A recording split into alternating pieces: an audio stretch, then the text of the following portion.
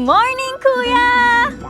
여러분, 안녕하세요! Narito po tayo ngayon sa Minsok Village sa Gyeonggi, South Korea o mas kilala sa tawag na Korean Folk Village.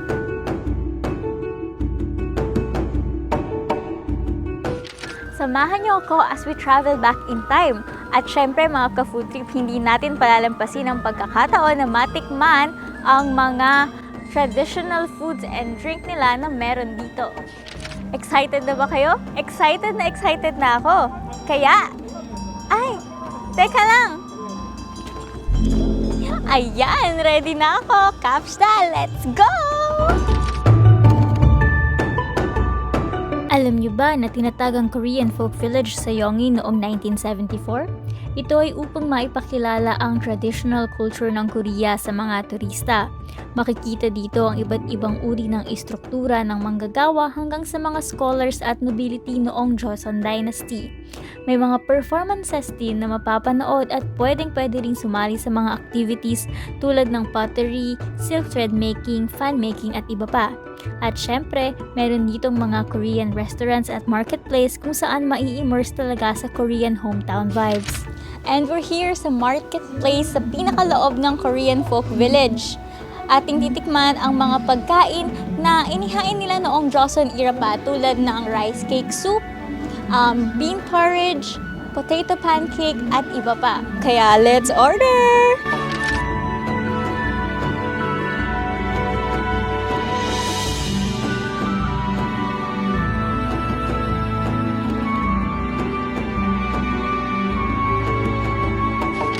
Kasama sa mga titikman natin ngayon ang tteokbokki bulgogi o beef stew in clay pot.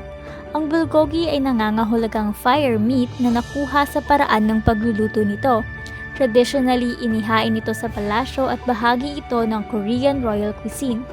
Soluntang o oxbone soup. Ayon sa alamat, ang pagkain ito ay ginawa dahil gustong mapakain ni King Seonjong ang maraming tao. And last but not the least ay ang gamjajeon o potato pancake.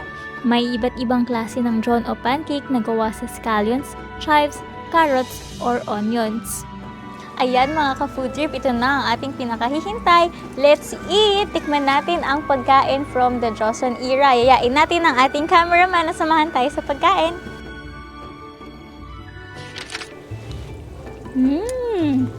Napakasarap naman ng kanilang beef bulgogi. Lasang-lasa yung beef and mushroom niya at napakalinamnam nung sabaw. Actually, naalala ko yung pagkain natin sa Pilipinas na bulalo. So parang ganun siya, masarap siya lalo na sa malamig na panahon. Ito namang rice soup nila ay parang lugaw. Swak na swak din sa temperature ngayon na nagne-negative 2 dito sa South Korea. Mga ka-food trip, meron din silang free side dishes at itong kanilang kimchi ay masarap at maanghang, pampaganang pampagana. And last but not the least ay ang potato pancake nila dito sa marketplace. Ating tikman.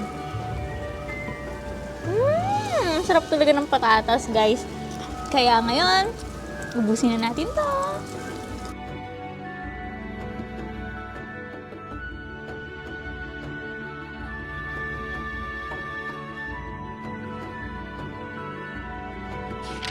Meron din ditong mga food stalls ng snacks at mga cafe na nagsiserve ng coffee, hot choco, herbal tea at Korean traditional dessert.